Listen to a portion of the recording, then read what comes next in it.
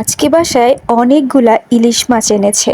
ভাবলাম অনেক দিন সরিষা ইলিশ খাই না, আজকে সরিষা ইলিশ রান্না করা হবে। হ্যালো এভরিওয়ান, আসসালামু আলাইকুম। সবাই কেমন আছেন? আশা করি ভালো আছেন। আমিও আল্লাহর রহমতে ভালো আছি, আলহামদুলিল্লাহ। আজকে আমার এই ব্লগ ভিডিওর মাধ্যমে থাকবে সরিষা ইলিশের রেসিপি।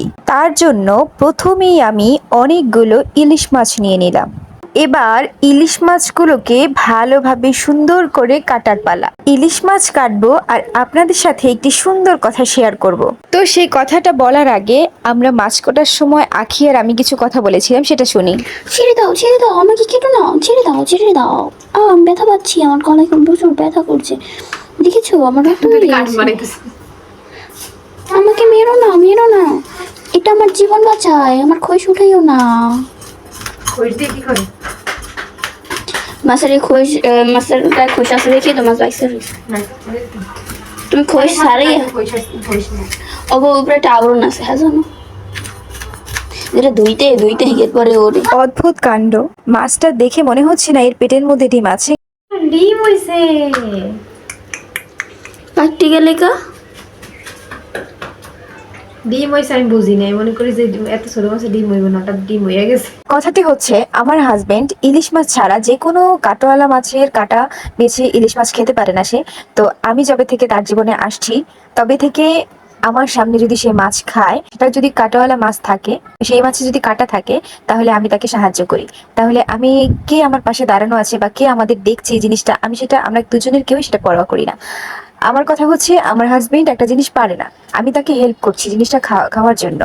এখানে তো এত কথা বলার কিছু নেই, কিন্তু কিছু মানুষ আছে যারা এই জিনিসটা নিয়ে সমালোচনা করে। আমি তাদের ক্ষেত্রে বলবো যে যারা স্বামী স্ত্রীর এইসব রোমান্টিক আর ভালো জিনিসগুলো নিয়ে আপনারা যারা সমালোচনা করেন, তাদেরকে ধন্যবাদ। কারণ আমাদের কাছ থেকে আপনারা স্বামী স্ত্রী অনেক জায়গায় আমি দেখেছি একজন আরেকজনের কাছ থেকে কোনো হেল্প পায় না, আবার হেল্প চাইলেও অনেক ঝগড়া বিবাদ হয়। সেক্ষেত্রে আমাদের মধ্যে এরকম কিছু হয় না এই জিনিসগুলো নিয়ে, যার জন্য আমরা দুজন অনেক আলহামদুলিল্লাহ।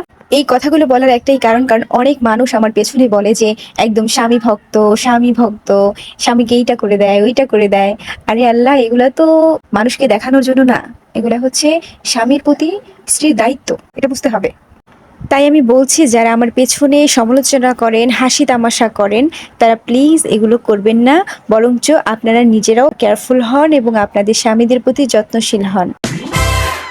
কথা বলতে বলতে কিন্তু রান্না অনেকটা কাছাকাছি, আমি কিন্তু কিচ্ছু বলি নাই যে কোনটার পরে কোনটা দেবেন। তো এখন আমি বলে দিচ্ছি, প্রথমে তেল দিবেন, তারপরে পেঁয়াজ দিবেন। আমি এখানে কোনো অন্য ধরনের কোনো মশলা ইউজ করি নাই। অন্যদিকে কিন্তু আমি মাছগুলোকে ফ্রাই করে নিলাম। সরিষা ইলিশের ক্ষেত্রে কিন্তু মাছগুলোকে বেশি ফ্রাই করার প্রয়োজন পড়ে না, হালকাভাবে একটু ভাজলেই হয়ে যায়।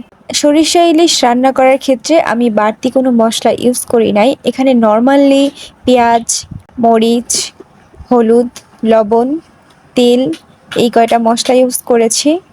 এখানে কিন্তু রসুন, আদা, জিরা, দারচিনি, এলাচ এগুলো কোনোটাই প্রয়োজন নেই। মশলাগুলো ভালো করে ভাজার পরে আমি একটুখানি পানি দিলাম, যার জন্য আরেকটু সেদ্ধ হবে, ভালো করে জিনিসটা মাখা মাখা হবে। এরপরে আমি সরিষা বাটাটা দিয়ে দিলাম। কিছুক্ষণ নাড়াচাড়া করার পরে যখন মশলাগুলো খুব ভালোভাবে হয়ে গেল, তখন আমি মাছগুলো এক এক করে বসিয়ে দিচ্ছি। হয়ে গেল রান্না। চুলা থেকে নামানোর কিছুক্ষণ আগে আমি কয়েকটা কাঁচামরিচ এজন্য দিলাম যে যারা একটু ঝাল পছন্দ করে তারা কিন্তু একটু এখান থেকে এক পিস মরিচ ভাতের সাথে মেখে নিলে কিন্তু একটা ঝালের ফ্লেভার চলে আসবে। পুরো রান্নার মধ্যে কিন্তু আমি মরিচটা কম দিয়েছি, যার জন্য কারণ সবাই তো মরিচ খেতে পারে না। তাই বলতে গেলে আমি কিন্তু এই ভিডিওটি রান্না করার সময় করেছি আর ভয়েস এডিটিং করেছি হচ্ছে খাওয়া দাওয়ার পরে। তার মানে এখন আমি বলতে চাচ্ছি রান্নাটা ভীষণ মজা হয়েছে। আমার এই ব্লগ ভিডিওটি ভালো লেগে থাকলে অবশ্যই আপনারা একটি লাইক দিয়ে যাবেন।